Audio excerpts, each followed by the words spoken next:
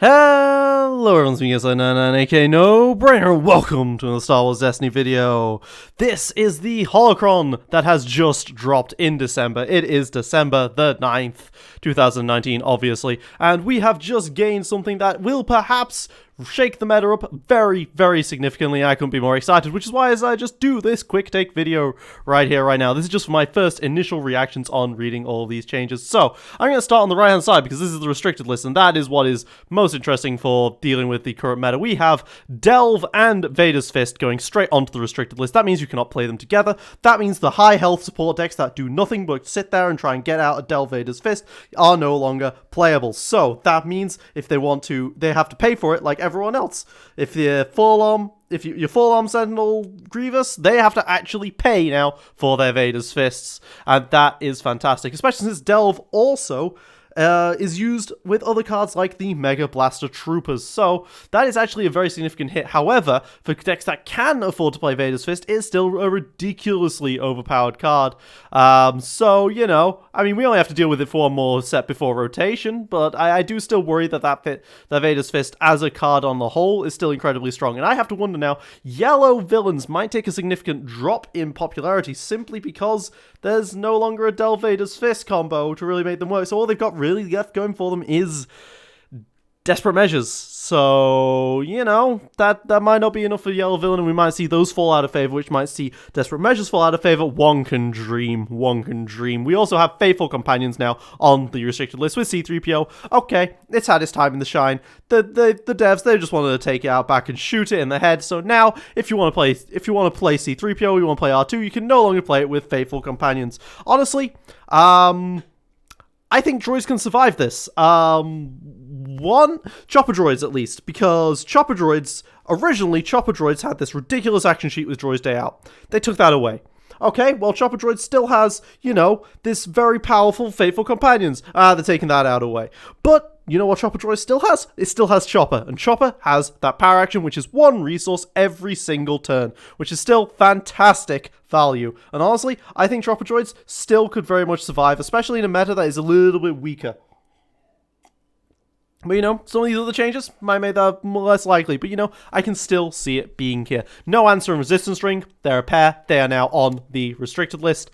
And no, so Resistance Ring was ridiculous. Well, it is ridiculous. And so is No Answer. And they are absolutely insane in the mill deck. So it is very good to see those hit. It's very good to see the mill deck hit. Because I was very worried that if Chopper Droids or Vader's Fist was hit, then mill would just become incredibly dominant. However, I think the mill decks can survive without the Resistance Ring or without the No Answer. They're a little bit weaker, definitely, but I think playing both of them in the same deck was extremely powerful, definitely. But it was rare I actually saw Resistance Ring fetch a No Answer for the game. Usually that Resistance Ring was fetching some other things like field medics, first aids, that sort of thing, and just really helping with the heal, along with, you know, some removal pieces. So one of them could so losing one of them definitely hurts, but not necessarily enough to actually kill the deck. Theed's Palace. Oh, thank God.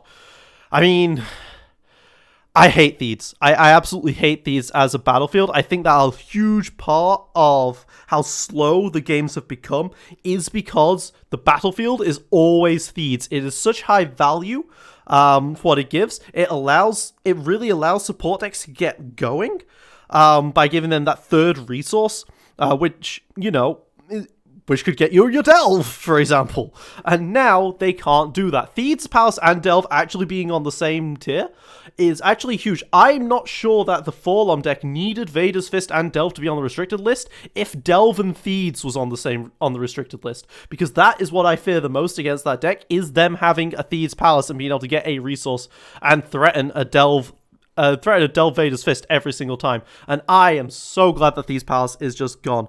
If Theeds Palace is gone, we might start to see more claim the battlefield effects on the battlefields.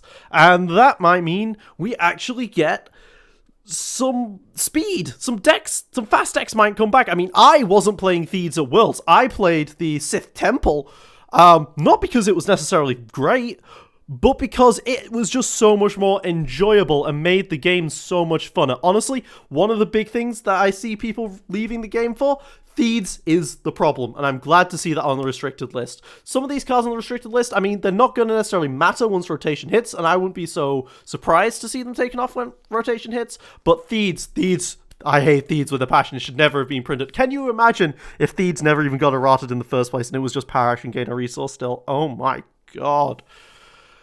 I hate Theeds.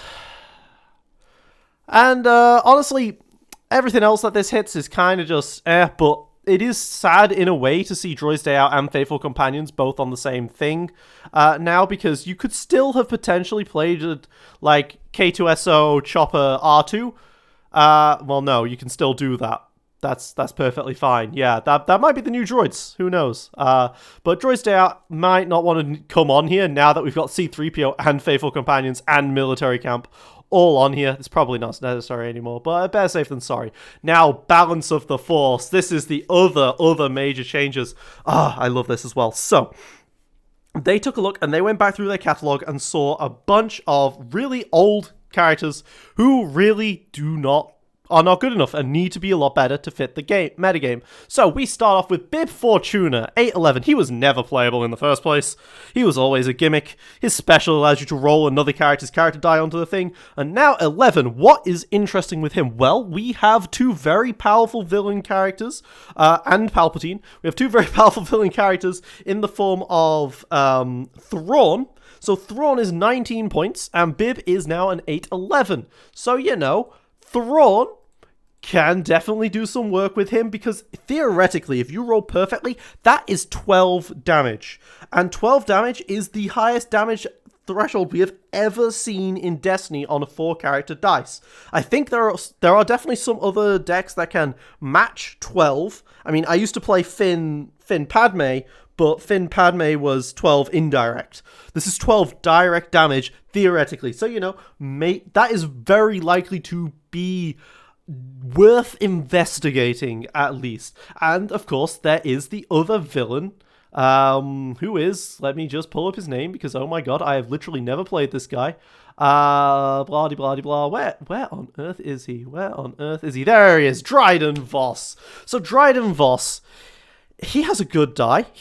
He can be played with Bib with Solidarity. They're both yellow, so 31 points. That works. And Dryden Voss has that 3 melee side, so he can also do 12 damage like Thrawn. And he has that special, which is good enough to potentially carry a deck through. Like, if you can theoretically get 4 free cards out of this, that is some insane value right there. On top of that, Dryden has a double focus side. So, if you roll out Dryden, you roll out Bib, you can use Dryden's focus to focus Bib's dice to specials, and then Bib can roll out Dryden's dice. And you can even do Bib special into Dryden rollout, which hits special, resolve Dryden's special because it's now in the pool, and then use Bib to roll Dryden back into the pool. And then resolve it again, I think. Maybe. Because I think once it leaves the pool, it's no longer counted as its own die. So that is also pretty insane. And so that's very interesting to look at. Maybe this is Dryden's chance to shine, finally. I mean, some people were saying that it was close enough to be almost competitive. I know the APG guys, they absolutely loved Dryden Voss. Well, one of them did. And he was really trying to make it work. And, you know, he might be able to make it work now with Bib. Bo-Katan is now 18 points at Elite. That means with... what do you call it? Bitter Rivalry, for the -1. You can now play her with Yoda 1, and Yoda 1 Bo-Katan is pretty good. I mean, Yoda Hondo was always considered good, and Hondo had that 3 damage side on his special, and now Yoda Bo-Katan's special is also 3 damage if you get out a villain upgrade. Also, very interestingly, is that Bib's 1 die is now only 13 points. Okay, at 13 points, you get access to a 12 health character, a decent die, and all the yellow villain upgrades you could want. So it might be worth playing Bo-Katan with another big character for 16 or 17 points. Play Bo-Katan at 13, and you have access to some really good yellow villain upgrades like Pulse Cannon. You know, 13 points to get access to Pulse Cannon might be viable. So that makes things quite interesting there. Also, one other character pairing that could work out very nicely with Bo-Katan is R2-D2. She has a 3 range side as her top die. And now you can play R2-D2 and Bo-Katan. Might be better than Obi-Wan R2 because you have all the yellow villain. You have all the yellow in general. Like, give R2-D2 and Obi-Wan with Yellow's removal package. That might be something. So that is very interesting right there. Finn and Maul and Zeb, all 3 of those went down to 14 points at Elite. All 3 of those have 12 health. 12 health, 14 points. Now that is an incredibly, incredibly good value for money right there. Jabba the Hutt as well is also 12 health, 14 points. And all of these characters can definitely hold an upgrade or two. So Finn and Zeb actually are kind of in a very similar situation. Finn at 16 points and Zeb was at 17 points. Both those got discounted heavily, and both of those characters were both pretty damn strong characters. Like, I really liked Finn at 16 points. I thought he was strong, just he never had a good partner. And at 14 points, his partner potential opens up massively. Now, Finn Padme gets a 2-cost plot. Don't really care about that. But you can now play him with Kess, who is a trooper that with that special to with that power action to resolve any number of trooper dice, which allows Finn to resolve his kind of awkward sides. That special in the indirect is kind of awkward, it's a little slow. But now those 2 guys can pair up very nicely, and they're both 12 health, so 24 health in total. They can both do like 8 to 10 damage quite easily. So that might be valuable there. Mono red, though, kind of a little awkward. But you could also do Finn with... Okay, I don't actually have an also. Oh, yes, that's it. You can play Finn with Jyn Erso. Or Zeb with Jyn Erso. Zeb with Jyn Erso is probably better. So you got to think, you know, like Zeb versus Cassian. That's a tough one, because Cassian's got that indirect side. He's pretty damn good. And so you think to yourself, why would you not play Jyn Cassian? They both have discard sides, they both have damage sides, and Cassian and Jyn, they pair very well together with their ability. But Zeb Jyn, now Zeb provides 3 base sides. One is a pay side, but 3 base range sides, and Jyn has 2 range sides and a +2.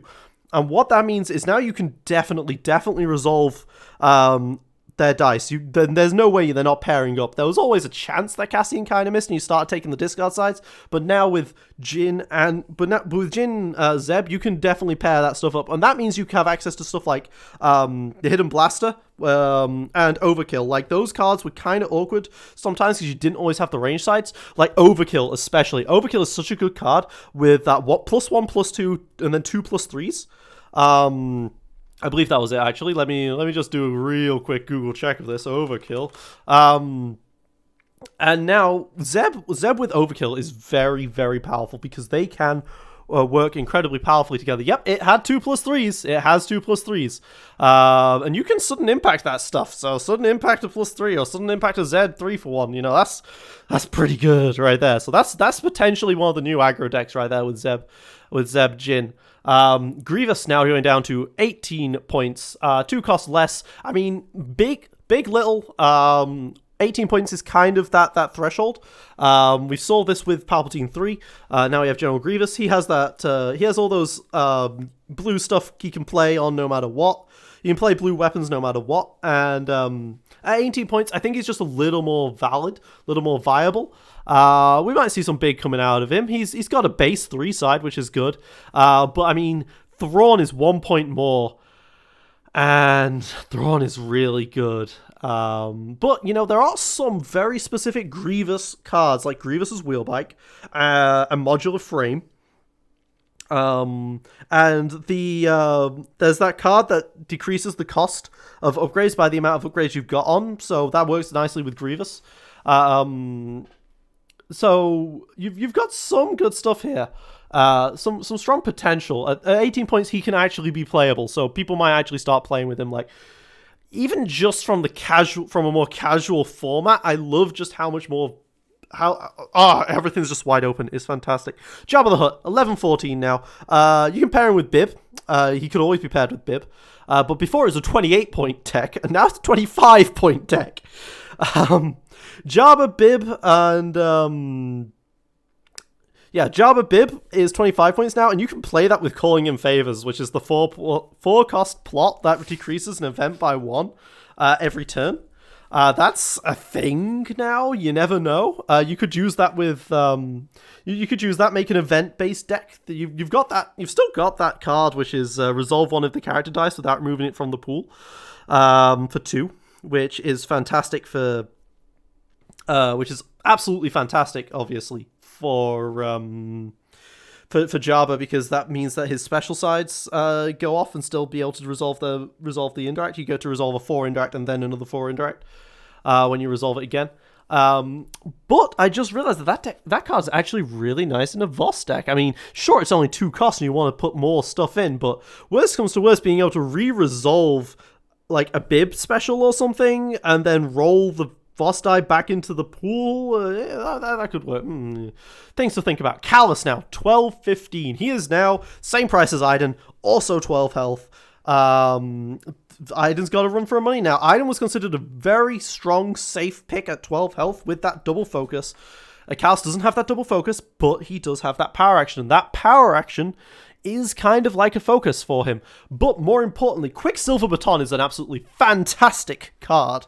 That 2-for-1 has a 2-for-1, a +1, a +2, and if you play it on a trooper leader, you get to roll the die into the pool and pay 1 to roll the trooper's character die into the pool. And that was before basically a Phasma exclusive card, because, well, okay, Thrawn could play it, kind of, but he wasn't a trooper. Iden could play it. She was a trooper and a leader, but she didn't have dice size that worked with it. Callus has dice size that work with it. Callus can use the Quicksilver Baton, and Quicksilver Baton is an incredibly powerful upgrade, so maybe we're going to see some Calluses get played purely because Quicksilver Baton is so good. Other than that, we already have a Iden, so I'm not sure if Callus could beat Iden's spot in something like Iden Beckett. But the Quicksilver Baton really intrigues me with him right there. Kit Fisto! Also 12-15. Kit. It's a shame you never got to see play. You were very tanky, very defensive, and I loved that about you. I never actually played you myself, but now at 15 points, you can play Kit, Mace, Windu with Solidarity.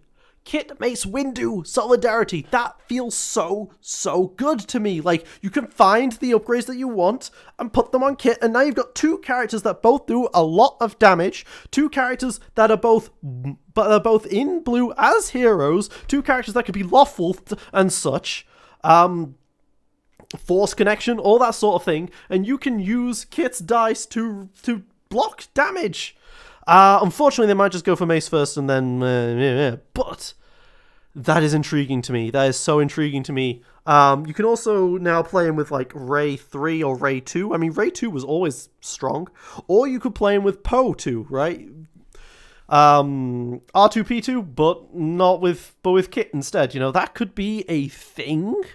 The hard part is, though, that you're generally in those types of decks not wanting to use up Kit's dice to defend himself. You're usually wanting to resolve those dice to kill someone else. But, you know, we're seeing here, just from all these changes, like, FFG is really starting to push the health to point ratio again, but in middle. Right? Like, so before, if you wanted a lot of health, you went 3 wide or 4 wide. Now, these middles are still going to have like 22 to 24 health, and that could be huge for keeping some of these upgrades online longer, because we don't have a lot of good redeploy upgrades in our current rotation. But with Kit now, Kit is tanky. Kit can definitely get himself geared up very well. And now you can also play Kit with, like, well, you had Solidarity before. I was going to say Kit with the Apprentice, who, when you turn a die, you can turn her die as well. And then play it with Profitable Connections. But, I mean, you could already do that Well, no, you couldn't do that before with profitable connections, but now you can. Now you have profitable connections access. Woohoo! Maul 10-14. I mean, Maul's scary, right? He was 12-16. He's scary. You roll him in later on in the turn, and it gets very scary to remove his die because then he gets to remove your dice in return, especially if you're playing him, if you treat him as 15 points with Retribution as well, and then it's like you remove my die and take a damage and lose a die. Oof. That's evil. But 14 points, I mean, it's not like we haven't seen a 2 and a 3-for-1 melee before on a 14-point character. There is K2SO, and I think K2SO is probably still better than Maul, but Maul's got something to him now. Like, this Maul might be playable. And you know what?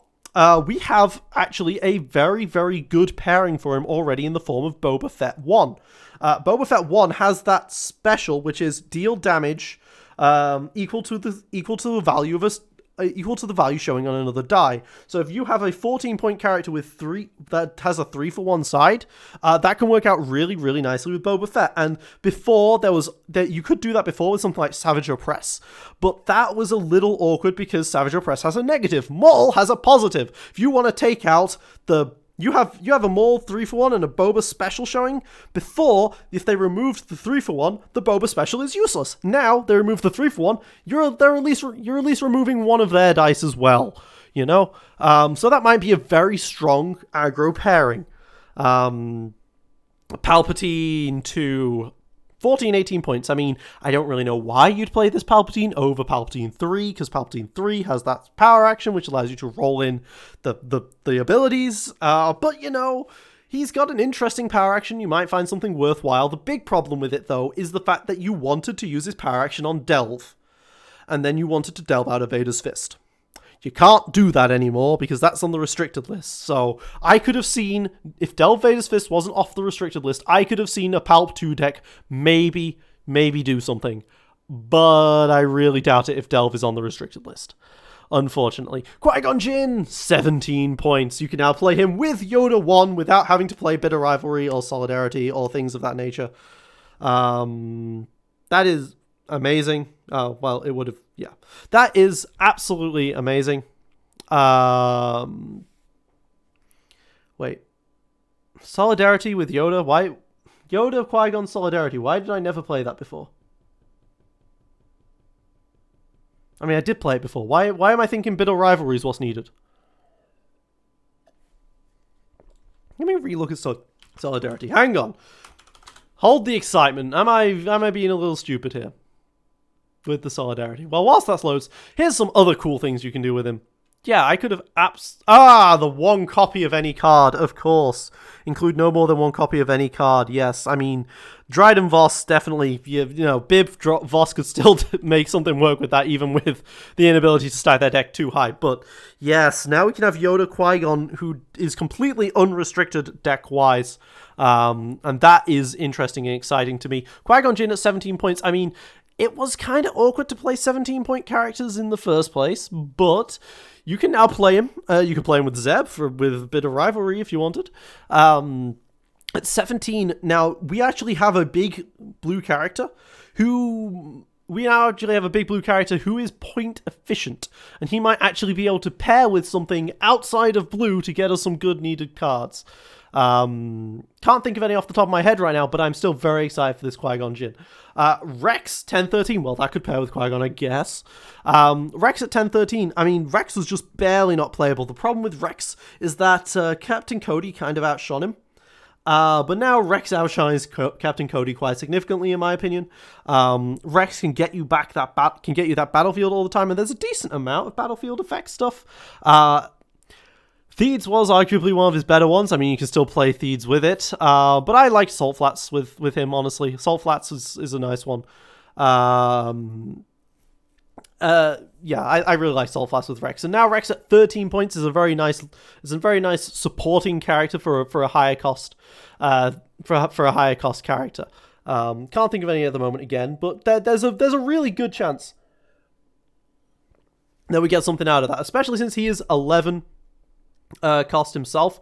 You could play Rex and Finn together with Armored Reinforcement if Desperate Measures isn't a thing. That might be a viable option. Rex with Padme armored reinforcement or profitable connections. You know, you could actually play Finn with Fen, who has that power action, who is that starter character, only has 9 health, but has 2 base sides, and has that power action of playing a red to deal a damage. So, you know, that could be viable. You know, armored reinforcements might be a thing with some of these characters now. You could play Rex Zeb and go for some sort of, like, ridiculous Falcon nonsense, maybe. But at 13 points now, that does turn on some things. Oh, I like this, you know. And if they just remove all of this stuff off the balance of the force after the one after covert missions comes out, then I'm okay with that. But man, there's a lot I want to unpack here, and maybe I'm not sure if I want the next set after covert missions to be released so suddenly all of a sudden. You know, like, maybe I want to sit with covert missions for a bit, just covert missions, and actually try some really crazy stuff out.